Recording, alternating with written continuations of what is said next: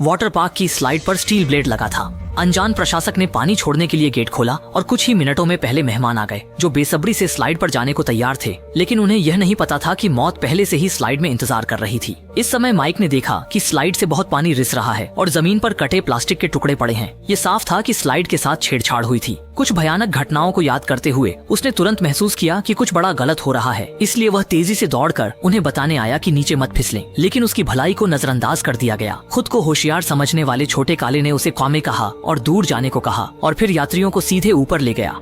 ऊपर पहुंचकर होस्ट ने नियम बताए कि जो सबसे कम समय में नीचे फिसलेगा वह $5 लाख जीतेगा। इतनी बड़ी राशि सुनकर यात्री बहुत उत्साहित हो गए। नीचे के व्यवस्थापक से पुष्टि के बाद यात्री खुशी खुशी इस मौत की फिसल पट्टी पर बैठ गए। इस समय यात्री नहीं जानते थे कि 2 मिनट बाद उनकी मौत कितनी भयानक होगी। तभी मैक फिर से दौड़ता हुआ आया और कहा कि फिसल पट्टी के साथ छेड़छाड़ की गई है और उनसे प्रार्थना की कि वे नीचे न फिसलें। लेकिन चाहे उसने कितना भी गला फाड़कर कहा, कोई भी उस पर विश्वास करने को तैयार नहीं था।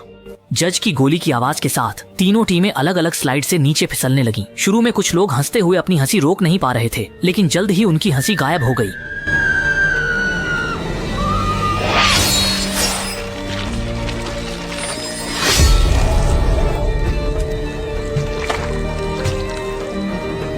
कुछ लोग सीधे क्रॉस स्टील ब्लेड से कमर के पास से कट गए और खून का पानी स्लाइड से बहकर स्विमिंग पूल को लाल कर गया। नीचे के पर्यटक डर गए और प्रबंधक ने तुरंत रेफरी को बुलाया। उन्हें स्लाइडिंग रोकने को कहा, लेकिन पेजर का सिग्नल गायब था। उसने काफी देर तक कहा, लेकिन ऊपर के लोग समझ नहीं पाए कि क्या हुआ है। अनजान रेफरी अगली टीम की व्यवस्था कर रहे थे। त्रासदी रोकने के लिए माइक ने फिर से सलाह दी, लेकिन छोटा काला उसे धक्का दे दिया।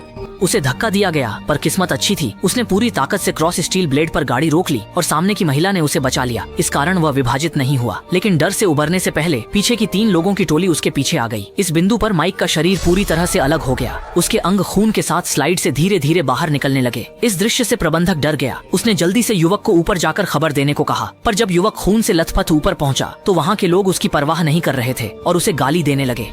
नीचे खून की नदियां बह रही हैं, मत जाओ यार, तुम्हें कुछ दिक्कत है, मदद चाहिए?